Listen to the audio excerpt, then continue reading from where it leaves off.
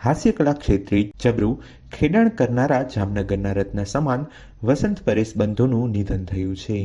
વસંત પરેશ બંધુએ 70 વર્ષની વયે અંતિમ શ્વાસ લેતા તેમનો ચાહક વર્ગ ઘેરા શોકના સાગરમાં ડૂબ્યું છે. છેલ્લા 4 થી 5 વર્ષથી બીમારીને લઈ પથારીવશ રહેતા વસંત પરેશે વ્યારાની સિવિલ હોસ્પિટલમાં અંતિમ શ્વાસ ખેંચ્યા છે.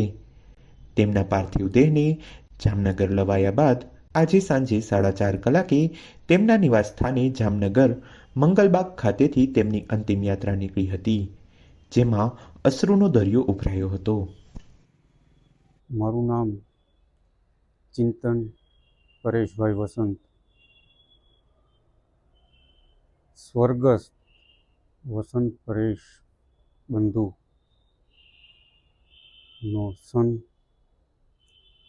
દુનિયાને ખૂબ હસાવી, દુનિયાના લોકો કે જે દુઃખમાં હતા એનું દુઃખ પોતાના પાસે લઈ અને એ લોકોને હસતા કર્યા. જામનગરની જનતાએ ખૂબ આગળ વધારવામાં પ્રગતિ કરી. સ્વર્ગસ્થ વસંત પરેશ બંધુને ખૂબ પ્રેમ આપ્યો કે જામનગર નહીં, જામનગરની બહાર સૌરાષ્ટ્ર હોય, ગુજરાત હોય કે દેશ હોય કે દેશ વિદેશની અંદર જ્યાં જ્યાં વસે એક ગુજરાતી ત્યાં સદાકાળ ગુજરાત, આવી કહેવત પાળનાર સ્વર્ગસ્થ હાસ્ય કલાકાર વસંત પરેશ બંધુ આજ આપણી વચ્ચેથી વિદાય લઈ લીધી છે. હાસ્યની દુનિયાનો એક રતન કહી તો રતન, હીરો કહી તો હીરો ગુમાવ્યો. પરમાત્મા એમની આત્માને શાંતિ આપે. હાસ્ય સાહિત્યના આરાધક વસંત પરેશ બંધુના નિધનથી જામનગર કલા જગતને મોટી ખોટ પડી છે. જામનગર નિવાસી અને ગુજરાતના ખ્યાતનામ હાસ્ય કલાકાર વસંત પરેશ બંધુએ 70 વર્ષની વયે અંતિમ શ્વાસ વ્યારાની હોસ્પિટલમાં લીધા છે. કાર્યક્રમમાં તો અસંખ્ય,